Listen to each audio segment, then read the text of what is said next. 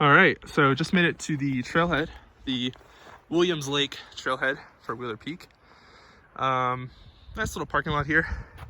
There's a bit of snow on the ground. The road was pretty clear. There is, I guess, a city ordinance that you have to have four-wheel drive and tire chains to come up here after November 1st. Obviously, a ton of vehicles up here that are not four-wheel drive, including mine.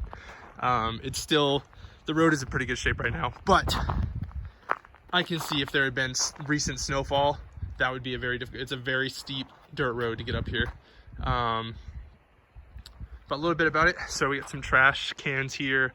Bathroom, it is closed right now. It's probably because it's winter and they don't have water up here in the winter is my guess. But there was a porta potty over that way and a nice little picnic area. Head over and check out the signage here. And doesn't look like there's very much listed here. Bear country. That's about it. So little lost and found going on. But yeah, just a little bit of snow on the ground. Not too bad. Looks like it's probably pretty clear until you get up high. But we're gonna get hiking and I'll get back to you later. All right, so I am about that far in, 2/3 of a mile, 250 feet of elevation gain. Here's the trail conditions. So some snow, but it's super packed down. I was a little worried about wearing these trail runners today, but I don't have any boots with me. So this is the best I got. I do have spikes, micro spikes in case it gets real slippery, but so far I haven't actually needed them. The trail is pretty well traveled. There were like 15 other cars in that parking lot, so certainly other people have been up today and over the last couple days. This snow, I believe, is all from Wednesday. It did snow Wednesday night, but we'll see what it looks above tree line. I got a ways to go, about 3.5 more miles to the top. So there's your trail condition update, and we'll see you later. I just had to stop here. It's the first real view I've had on the hike. I'm almost to Williams Lake right now. Should be just up over here a little bit, but yeah, just gorgeous scenery. All right, so I am just past, or just about 2.5 miles now. Got 2 left. Once you get above Lake Williams, the trail definitely starts to get a little bit worse, both in terms of steepness, and right now it's snowy, so up until the lake, it's pretty well packed down. There's a lot of people that are still traveling up to the lake, but up here, it's not quite as good. I did run into a guy who was heading down, who went to the top this morning earlier, and he said conditions are good the whole way up, so I'm gonna press on, and we'll see you later.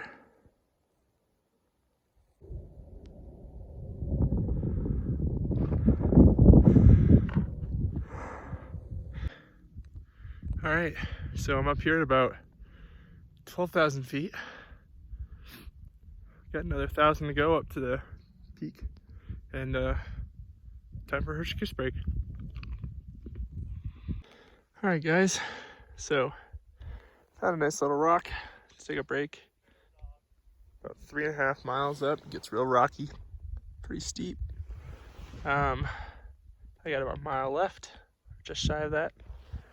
But just look at this, just gorgeous up here. Look at that. So 3.9 miles. It's getting a little steep and a little snowy. So I decided it was time to break out the spikes. Should make you feel a little bit safer going up this trail. Well, definitely feeling the altitude up here. This last half mile has been absolutely brutal, but this is the last little bit here. I'm at the top. Tough hike. But it's just gorgeous views up here.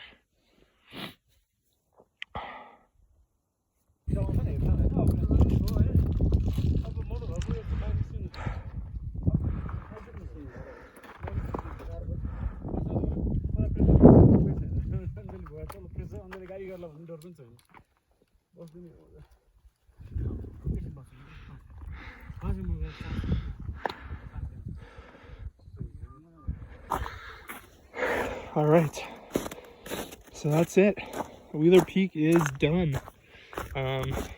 Beautiful climb up here, beautiful scenery, and now we're gonna go for today's bonus peak, which is Mount Walter. I believe it's Mount Walter at least. If not, I'll leave something with a correction, but it's just across the ridge here, and I'm already all the way up here, and it's a chance to get another 13,000 footer, so you know, why not? It's only, I think, an extra third of a mile or so that I've got to hike, so definitely worth it to hit while I'm here. On that trail, that was definitely a challenge for me, especially being from sea level. I think I mentioned it earlier in the video, but living down at sea level, that was a challenge. You know, 13,000 feet is no joke. I know people from Colorado will probably laugh at that. But for someone who lives at 500 feet above sea level, 13,000 feet's a lot. I could definitely feel it. Was definitely starting to struggle, especially after the 12,000 foot mark or so. So definitely a challenging trail, but those views were insane.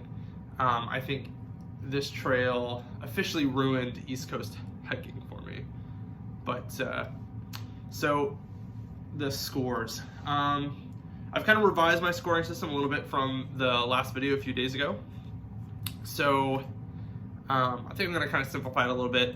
So I'm just gonna do 2 basic scores and cut down the time a little. So we're gonna do an overall difficulty and an overall worth it score. For overall difficulty on this hike, I'm gonna give it an 8. I flip-flopped a little bit with that one, but it was definitely a challenging hike. But the trail is really well marked. It's easy to find. It's fairly easy to get there. So I think an 8 is pretty solid. Overall worth it score, I'm gonna go with a 9. You know, the area there is great. Those views were insane. I think it was a little spoiled because it was so beautiful when I was hiking. Just that little bit of snow makes everything look extra pretty. And we had no wind at the top. It was sunny. It was about as warm as it could possibly be for late November in the mountains. So I think that kind of spoiled it a little bit. But overall, I think we're going to give it a worth it score of 9, which gives us an overall score of -1. Maybe it should be +1. Either way, slightly more worth it than it was difficult. So I hope you guys enjoyed the video. Definitely check out the trail if you're in the area. If you're watching this right as it comes out, probably going to be a little too snowy for you. If they get any more snow up there, it won't really be travelable, navigable. But if you're looking at this in the spring, definitely check it out. It was an awesome trail. See you later, guys.